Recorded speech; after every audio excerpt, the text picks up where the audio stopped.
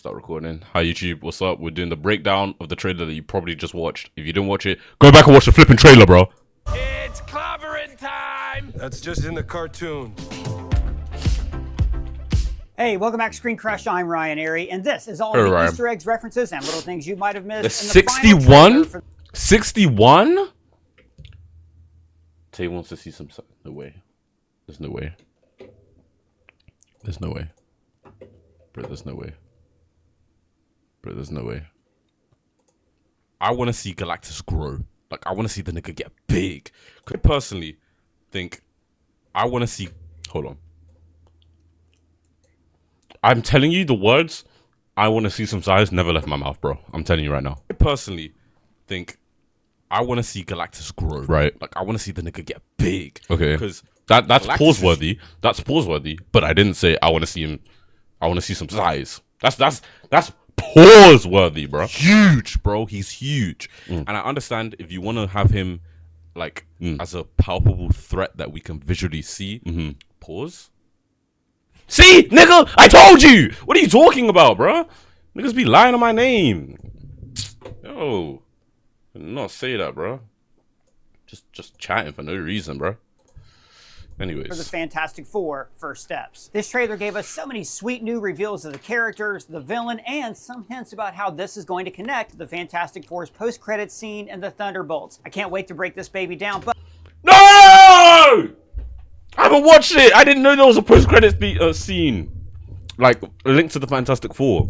before we get started, I want to show you this awesome new Fantastic Four parody merchandise for this film. Because number one, like it truly embraces what I think are the two key tenets of the Fantastic Four. Family. Number one, they are a family. Type. Number two, they are explorers. Type. The team is all Scientists, about bro. exploring new They love to frontiers. explore. It was born out of the optimism of the space age, and this gave the comics an endless imagination that I hope carries over to this franchise. Same. Now, this trailer has mostly new footage, but we open with the shot that ended the first trailer. The Fantastic Four Yes. on a set that Yes. looks like the I thought Beatles about that. introduction on the Ed Sullivan Show. And this is fitting because this trailer is really giving us our first look at all the main players in this movie. Notice the Marvel logo, like the 1960s Cinerama Theater in Los Angeles, I remember as we seeing get that. individual shots that show each person's personalities. Reed in his cozy-ass turtleneck. Oh no, his eye's twitching. Am I tweaking? Shots that show each person's personalities. Reed in his cozy-ass His eye was turtleneck looks twitching, for serious sure. and studious. Sue looks charming. Johnny looks distracted, and Ben looks like he does not want to be there. In the crowd, we see fans waving this Four flag, like we saw in this most definitely not AI-generated poster that was released a few months ago.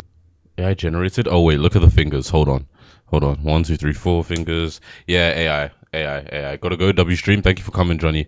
Yeah, this is AI, guys. Look, hold on. 1, 2, 3, 4, 5. That can't be a. Oh, that could be a thumb. Hold on. Fingers missing. I always be looking at the fingers. Yo, come on now. Marvel, we're not trying to use AI. No one's here for that, bro. No one's here for that. Now, this shot is important because it's establishing that the Enjoy your team movie, gang. are not just superheroes, they're the superheroes. Mm. Director Matt Shackman has said that they will be the only superheroes in this universe. Okay. What do you mean? Well, this is Okay. the multiverse saga, so this Fantastic Four team is set in a different universe. In this universe, we're in the 1960s and everything looks like retro-futuristic, That's what I taking was saying. design cues from shows like The Jetsons. The idea is that because Reed Richards exists in this universe, that it's a little bit more advanced, just like we saw on Earth 838 and Standard. Doctor Strange in the Multiverse of Madness. Standard. Now, to that point, the team gets an alarm on their futuristic watches. Now, this kind of microtechnology did not exist in the 1960s, but we did see it in James Bond films like The Spy Who Loves Me and in comic strips like Dick Tracy. The split screen. You're saying it didn't exist in the 1960s, but like you just said, Reed Richards exists in this world, meaning this world is very advanced. Obviously, like you form. Why are you contradicting yourself, bro? Why are you contradicting yourself? Hold on, chat. Let me just use the toilet. Give me like 3 seconds. You guys can look at the dark side of Drewski. Oh, no. It's hard to be famous when your every one sec. move is broadcasted online. Because within the blink of an eye, those same people that once loved your content could be looking at you in a much harsher light. Although he may be hip-hop's favorite comedian, this is a situation which Drewski is getting familiar with. Because while he's still hugely popular and is getting big opportunities, there are more and more skeletons spilling out of his closet, with comments and connections he made coming back to haunt him. It's your boy Luis, and this is the dark side of Drewski. By now, you know who Drewski is. After making his name with skits online, he's continued to strike gold again and again with viral moments. So, explain this. This is one question I got for you. When you say nigga, a lot of people are assuming that's gotta be racist. There's no way. What is up with the Fallon and why would Shut up.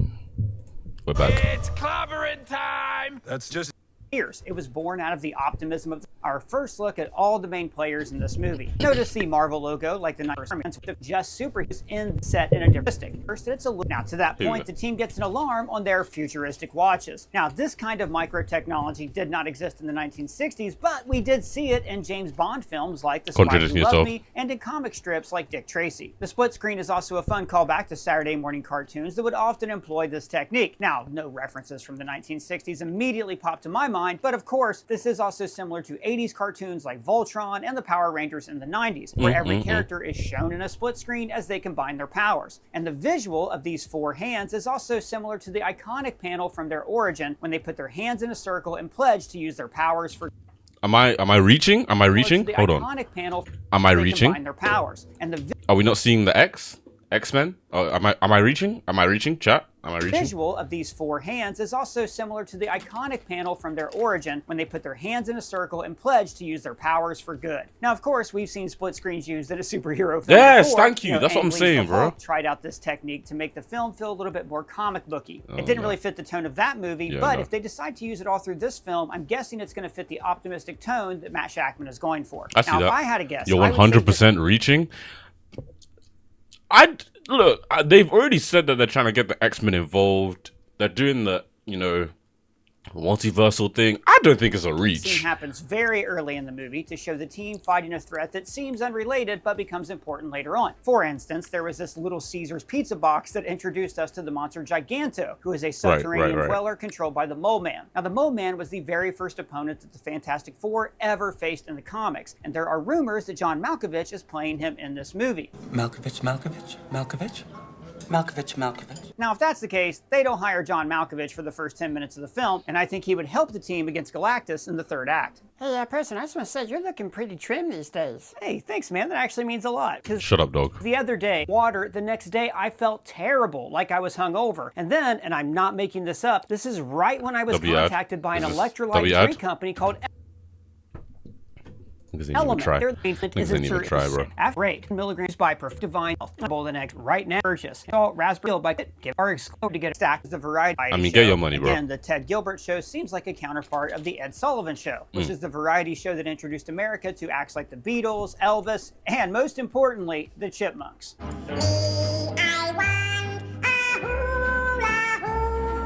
We also see a poster.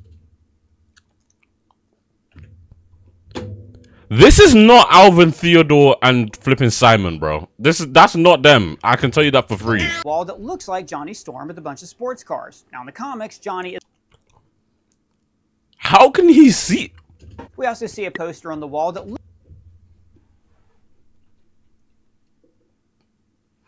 How can he see that? Looks like Johnny Storm with a bunch of sports cars. Now in the Chat, is that not reaching? How can he see that? Comics, Johnny is a major gearhead, and we might see some aspects of that in this movie. Like maybe he... Like, that's a fact. I know that's a fact. I know he's a gearhead. But I cannot see that image. Like, bro, what? Now in the comic, it's to like retool and update the Fantastic Car. And then, one by one, we get an introduction to their powers and personalities. We see Reed stretching, which frankly is very, very hard to capture well on film because it can easily look like this.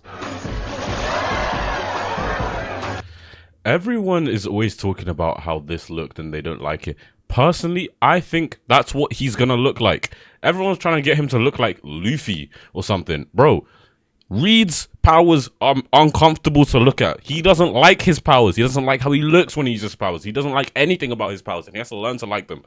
If he's stretching and he looks weird, that's normal. Like I don't see why everyone. This didn't even look that bad. Like, what do we? No, because it can easily. Especially the one in the new one. That doesn't even look bad. This does not look that bad for the graphics the CGI at the time. That doesn't even look bad, bro.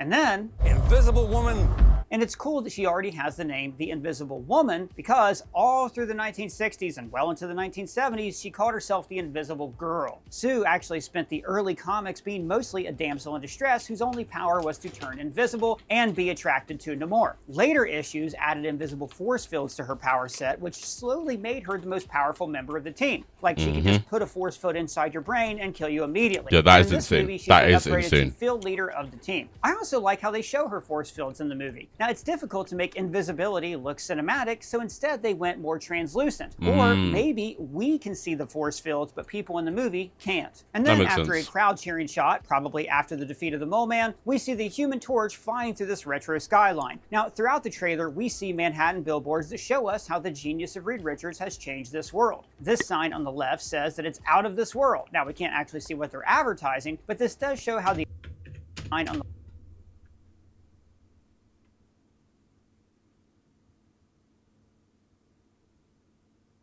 No, to be fair, I can read that. left I says can read that that. it's out of this world. Now, we can't actually see what they're advertising. Oh, wait. Can you guys see that? This world. This sign Yeah, right there. It says out of this world. I can actually see that, to be fair to him.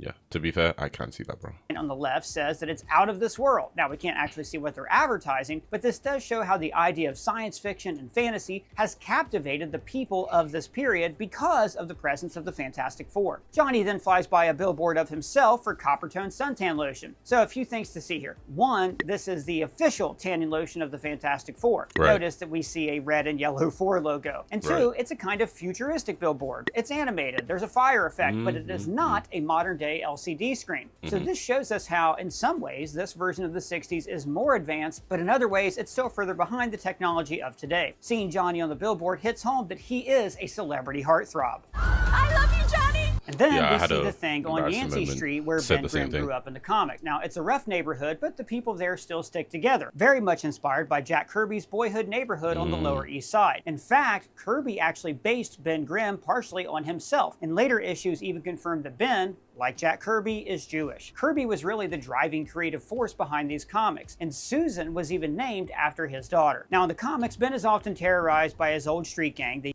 I don't know why, but I look, you don't like watching these types of vids because I Yancey feel like it's Street spoiling too much, and I like going into the movie blind. Well, I kind of don't mind these because personally, for me, it's like these are just Easter eggs rather than like not leaks per se, or like it's not like a guess on what's happening in the movie, if that makes sense. Like more time, they're just saying, "Oh, by the way, you didn't notice that this was here," but then sometimes they're getting into a certain territory where they're like, well, we saw this, and this could be hinting towards Mephisto, or it's just stuff like that. But more time, it's just just little Easter eggs. But I get what you mean. I do get what you mean. gang who always pull pranks on him. And I think we're seeing something similar here, where the neighborhood still treats him like he's one of their own. Say the thing! That's not really something I say. clobbering Ben's catchphrase in the comics is, of course, It's clobbering time! which, is also like the t-shirt we designed. But I Okay, think it's buddy. funny that they're not letting us have that catchphrase just yet. It's like how I'm a cheer. I'm going to cheer and applaud in the cinema when he says it. the Avengers movies tease Steve Rogers saying their catchphrase, Avengers?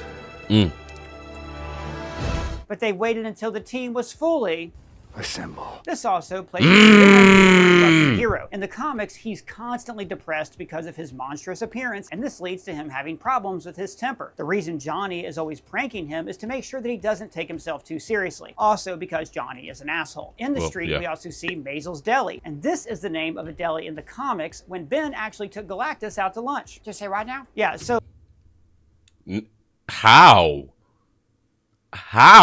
long story short, Galactus is a being that survived the previous universe. Right, He was a yeah, I know scientist all named this. Galen who observed the destruction of his reality, but then was reborn in the new universe as the planet devourer Galactus. Yes. So in this comic, he becomes Galen once again, and Ben takes him out for a sandwich. We also see King Dry fair enough. Cleaners, a nod to Jack Kirby's nickname, the King of Comics. This silver barber shop could also be a reference to the Silver Age of Comics when the team debuted. And we also see that this movie is set during Halloween. I bet we see lots of kids trick-or-treating as the Fantastic.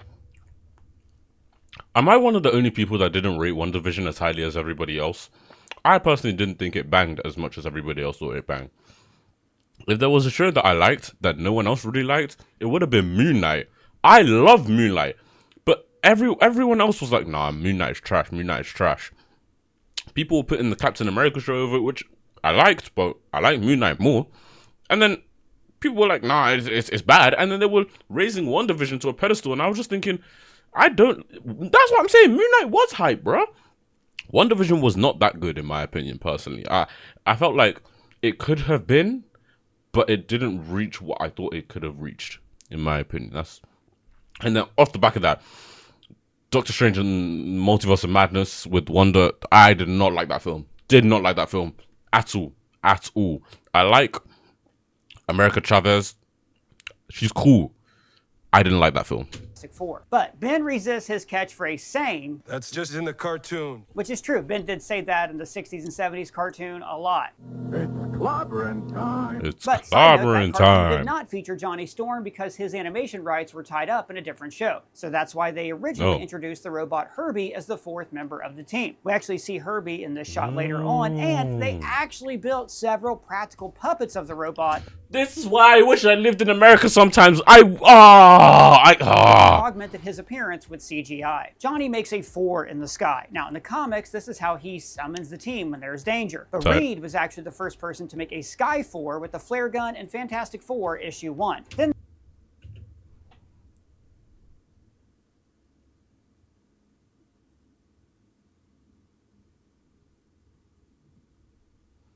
I know this nigga Reed is smart, but how do you manage to do that? How do you augment letters in the air in smoke in red off of a flare gun? How? Reed was actually the first person to make a Sky 4 with the flare gun in Fantastic Four issue 1. Then they gather on the balcony of the Baxter Building, their headquarters, for Sunday dinner. Now, this has been a fun thing in the marketing, where every single Sunday the Twitter account sends out a reminder for dinner. This is probably the dinner that we've seen in previous trailers when the team works out that Sue is pregnant. What do you mean? What do I mean? You're late for dinner. Yes, we are. You late? I just said that. Are you pregnant? So, this moment when they are celebrating new life is when the end of all life. Oh my gosh. Flipping heck, bro. That went down the wrong windpipe. Ah! Life on the Earth arrives. The sky behind them erupts in fire. And this is taken from Fantastic Four issue 48. Before Galactus' revival, the Watcher tries to mask Earth from his view by covering the sky in fire and stone. But here it's showing us the coming of Julia Gardner's Silver Surfer. Now, in the comics, the original Surfer was named Norrin Radd, a scientist who offered up his service to Galactus if he would spare his planet of Zenla. Galactus gave him the power cosmic and then sent him forth in the cosmos to find him suitable planets to eat. Now, in this film, the origin has been tweaked slightly, and she is Shala Bao, who was Norrin's wife in the comics. Silver Surfer is one of the most iconic Marvel heroes, and I could go off on a deep rant about this character. Now, we first saw him in 2006's Rise of the Silver Oh, this nigga has so much aura. Oh my gosh.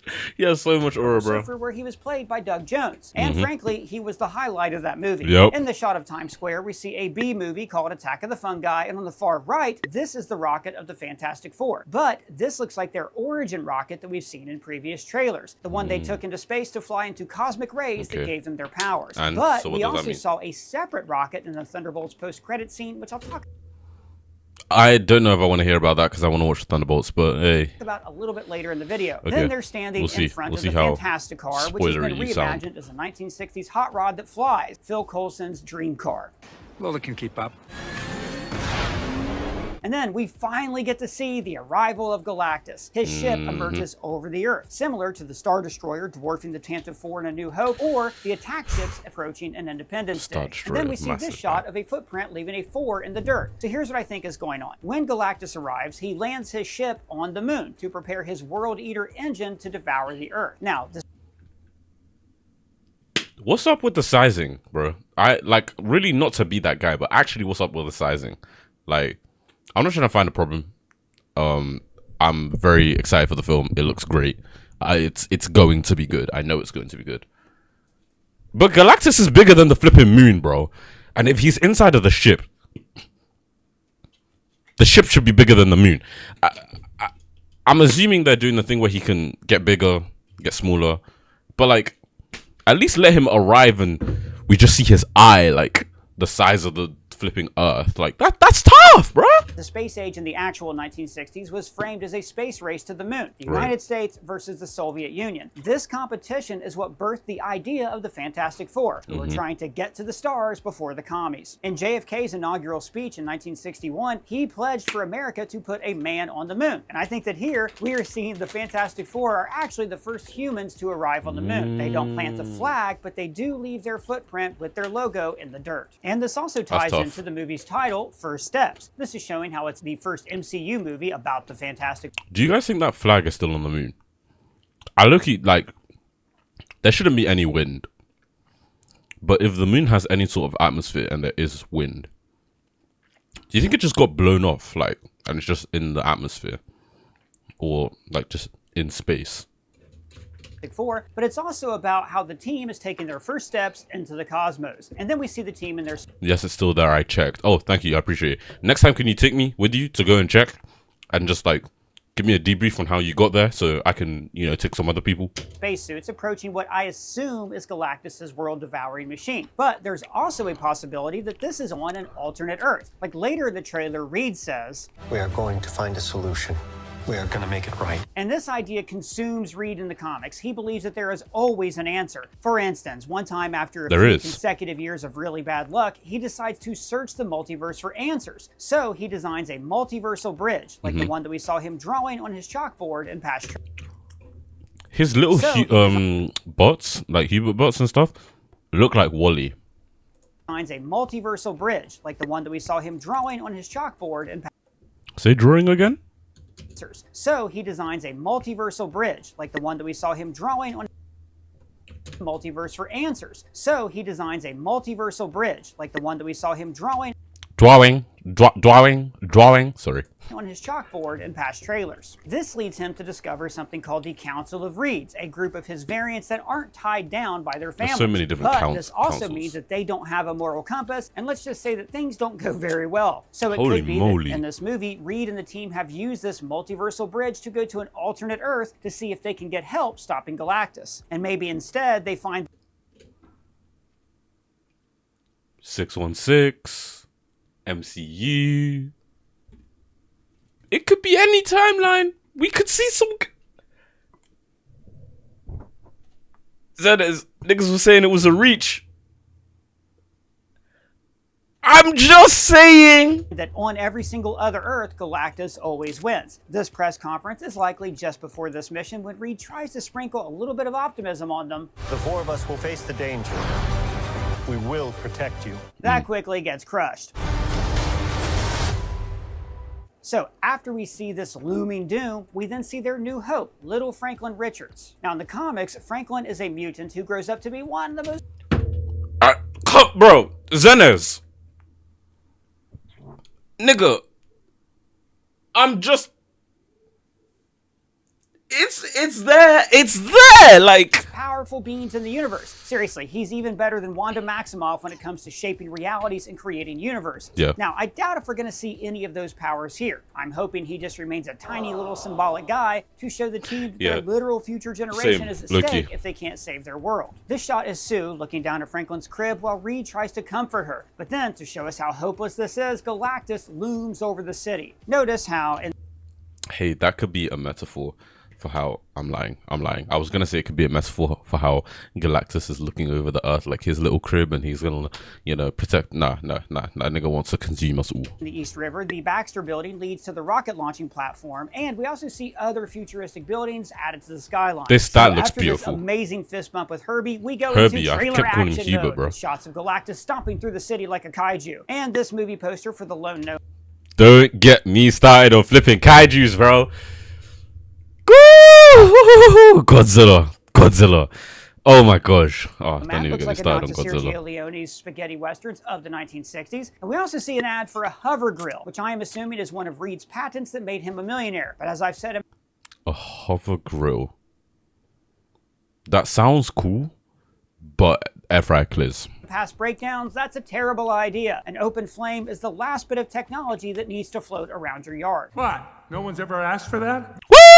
The Incredibles! No. And small thing here, Times Square also features ads for the clear sodas like Canada Dry and 7-Up. And now in the real world, this spot is held by Coca-Cola, as we have seen in previous superhero movies like Superman 2, Amazing Spider-Man 2, and Into the Spider-Verse. This is just one way to show how this universe can't wait is for a Into little the bit different Spider-Verse. from the others. Oh. Sue spells out the mission statement. Across the Spider-Verse, Into the Spider-Verse, Across the Spider-Verse.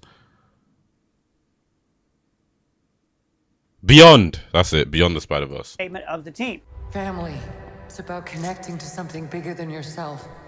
Now, I've said this before, but Reed is the brains of the team, Right. Ben is the brawn, Right. Johnny's the fun, but Right. Sue is the heart. She Right. is the component that holds all of these people together. And then we see New Yorkers huddled underground during Galactus' attack. And this could be one of the caverns of the Mole Man. This could be how he helps in the third act to save the people of New York from the coming of Galactus. And then Now I see why you were saying it sounds like spoilers, Zenez.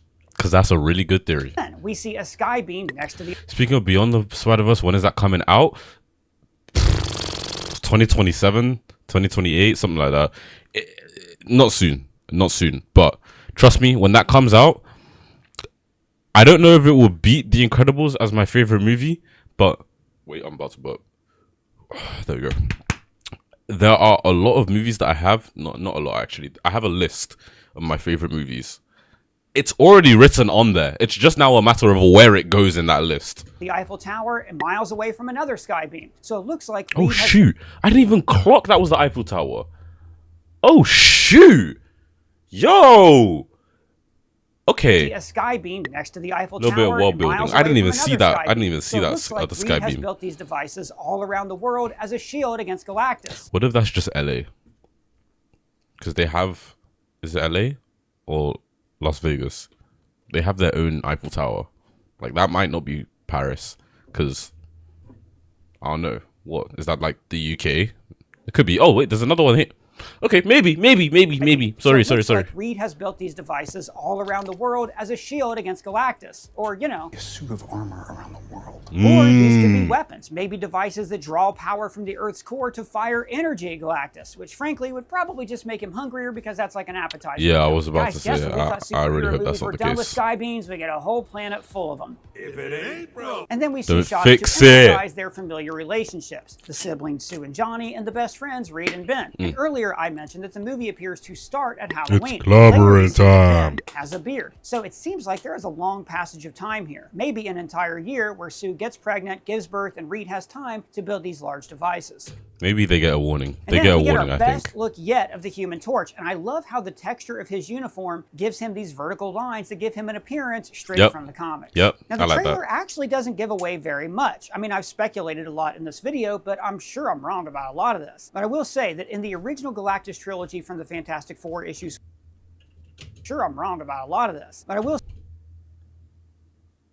I've read a fair few comics. What is this nigga wearing right now, bro? What is he like? What?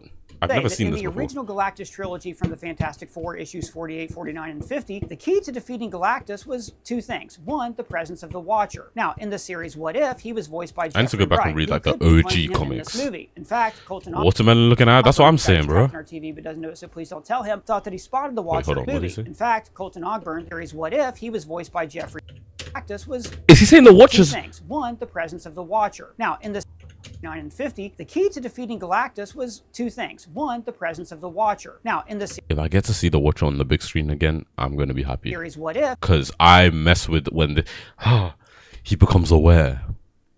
He becomes aware of another. Oh! That was tough, bro. His writing is by definitely Jeffrey fire. Wright, who could be playing him in this movie. I In do hope fact, so. Colton Ogburn, the guy who's trapped in our TV but doesn't know it, so please don't tell him, thought that he spotted the Watcher in the sky here. But Galactus Oh, that's a reach.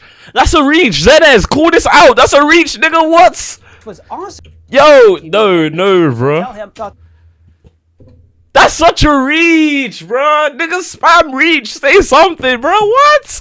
That could be Ben's flipping eyebrows. It's just cloud. Nah, that's a reach, bro. That's a reach. No way. that he spotted the Watcher in the sky here. But Galactus was No, bro. also No, defeated bro. by his own herald, the Silver Surfer. The So, Surfer met I the Thing's remember this. girlfriend, Alicia Masters, Well, at least I remember and watching she a taught video him about this. human compassion and love. So he decides to defend the Earth. Kirby's original conceit for the Surfer was that he would be a being of pure energy created by Galactus, who then learned learned about human emotion and saw the value in the people of Earth. But then, later on, Stan Lee changed this to make him a scientist. Personally, I prefer Kirby's version because, after all, he did create the character. The trailer also does not reveal how this leads into the FF building a new ship and heading off to Earth 616 like we saw in the Thunderbolts post-credits scene. Good, don't reveal too much. I like that. Is maybe that they lose. Galactus devours their planet. I think they lose. I think they're going to lose, personally. Or it could be that they encounter an even bigger threat, an incursion. This is when... I think both happen. I think they lose and there's an incursion.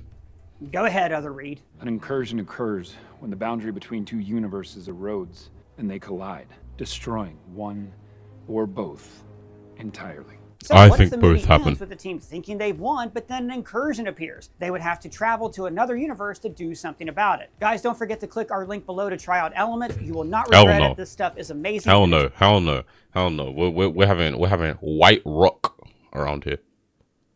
What? Okay, you can't see white, but it says rock. That's what we drinking.